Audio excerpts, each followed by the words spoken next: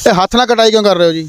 भाई हम हथ नाल ही कटाई होंदी और की होंदी। बनो नाल मैं ਤੁਹਾਡੇ ਬਣਾਉਣਾ ਦਾਤਰੀ ਮੈਨੂੰ ਫੜਾਓ ਨਾ ਤੁਸੀਂ ਕਿਤੇ ਮੇਰੇ ਨਾਲ ਮਾਰ ਦਿਓ। ਆਪਣੀ ਜ਼ਮੀਨ ਹੈ? ਹਾਂਜੀ ਆਪਣੀ। ਤੇ ਫਿਰ ਪੈਸੇ ਕਿਹੜੀ ਗੱਲ ਦੇ ਲੈਣੇ? ਤੁਹਾਡੇ ਤੋਂ ਥੋੜਾ ਕੰਮ ਕਰਨ ਦੀ ਵਜ੍ਹਾ ਕੀ ਹੈ ਕਿ ਕੋਈ ਦੇਸੀ ਘਿਓ ਸ਼ੋ ਨਹੀਂ ਖਵਾਇਆ ਇਹਨਾਂ ਨੂੰ ਕੋਈ?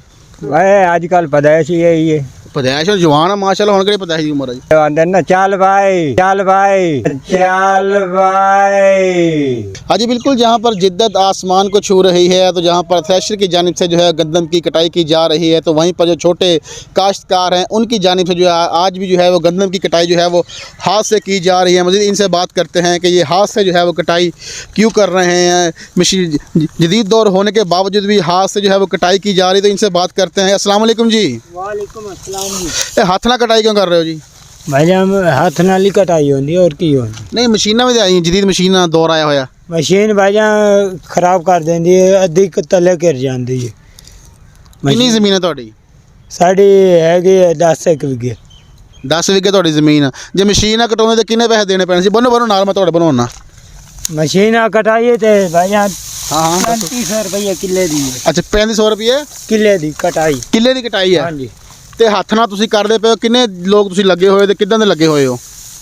4 लोग लगे हुए हैं जी। ते हाथ नाल अपना 3.5 मन कटाई देंदे। 3.5 ਮਨ ਨਹੀਂ ਤੁਹਾਡੀ ਨਹੀਂ ਜ਼ਮੀਨ ਆ? नहीं अपनी है लेकिन मुल दी कटाई होंदी है ना। ਨਹੀਂ हाथ नाल ही। ਤੁਸੀਂ ਹੁਣ ਆ ਦਾਤਰੀ ਮੈਨੂੰ ਫੜਾਓ ਨਾ, ਤੁਸੀਂ ਕਿਤੇ ਮੇਰੇ ਨਾਲ ਮਾਰ ਦਿਓ। ਇਹ ਤੁਸੀਂ ਯਾਨੀ ਗੰਦਮ ਦੀ ਕਟਾਈ ਕਰ ਰਹੇ ਹੋ? हाँ जी।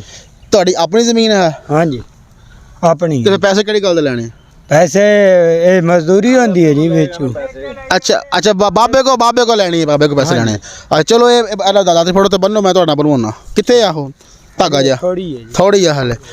मज़ीद ही बात करते हैं, यहाँ पर मेरे साथ बाबा जी मौजूद हैं जी, जो बड़े मेहनत कर रहे हैं। उम्र देख लें इनकी, जवानों से ज़्यादा काम कर रहे हैं। जवान थोड़ा काम कर रहे हैं और बाबा जी ज़्यादा काम कर रहे हैं। बाबा जी से पूछते हैं कि बाबा जी की उम्र कितनी है और कितनी मन गंदम रोज़ाना निकाल लेते हैं। सलाम बाबा जी। वालेकुम अस्सलाम। मुंडे ने ਤੁਹਾਡੇ? हाँ जी। ਇਹ ਤੁਹਾਡੇ ਤੋਂ ਥੋੜਾ ਕੰਮ ਕਰਨ ਦੀ ਵਜ੍ਹਾ ਕੀ ਹੈ ਕਿ ਕੋਈ ਦੇਸੀ ਘਿਓ ਸ਼ੋ ਨਹੀਂ ਖਵਾਇਆ ਇਹਨਾਂ ਨੂੰ ਕੋਈ? भाई आजकल पैदाइश ही है।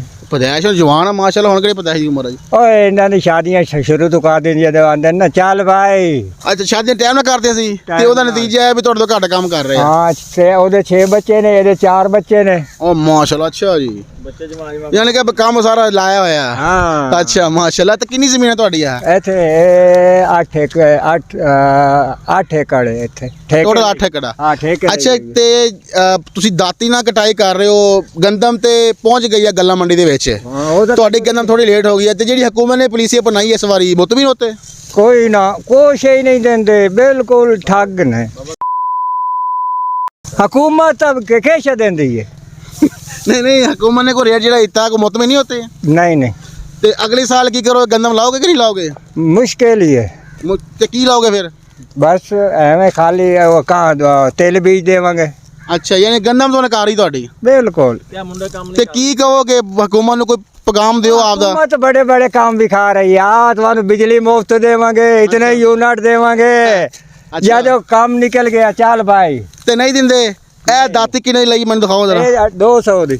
ਇਹ ਸਹੀ ਵੜਦੀ ਹੈ? ਹਾਂ ਅੱਛਾ ਆ ਚੱਲ ਹੁਣ ਤੂੰ ਕੰਮ हो गया तेरा? हाँ जी। चल बनावा तेरे ना फिर काम जो है जो हो गया है। बंदे इनके पास कम है तो मैं खुद ही पचेती ਨੂੰ ਭਜਾਉਣ ਲੱਗਾ। ਇਹ ਚਲੋ ਜੀ ਇਹ ਚਲੋ ਬਸ ਇੰਨਾ ਜ਼ੋਰ ਸੀ ਮਿਰਚ ਫੜ ਫੜ ਫੜ ਫੜ ਫੜ ਹੋਰ ਗਾਂ ਹੋ ਚੱਲ फड़वा ਇਹ ਫੜਾ ਬਾਬਾ ਤੇਰੇ ਤੋਂ ਮੈਂ ਹੀ ਠੀਕ ਹਾਂ ਯਾਰ। ਇਹ ਗੋਡਾ ਲਾ ਲਿਆ। ਚਲੋ ਜੀ ਬਾਬਾ ਦੇਖ ਲਾ मैं करा ਨਾਲ ਕੰਮ। तू देखे रिपोर्टर है आप देख सकते हैं कि जी मैंने खुद यहाँ पर रिपोर्टिंग के साथ साथ इनके साथ काम भी करवाया है। ये छोटे जो हैं वो काश्तकार हैं। आपको आज का व्लॉग मेरा जो है वो पसंद आया होगा कि आप देख सकते हैं कि छोटे जो काश्तकार हैं वो अपनी मदद आपके तहत जो है वो गंदम की कटाई कर रहे हैं। थ्रेशर से उन्होंने जो है वो कटाई नहीं करवाई।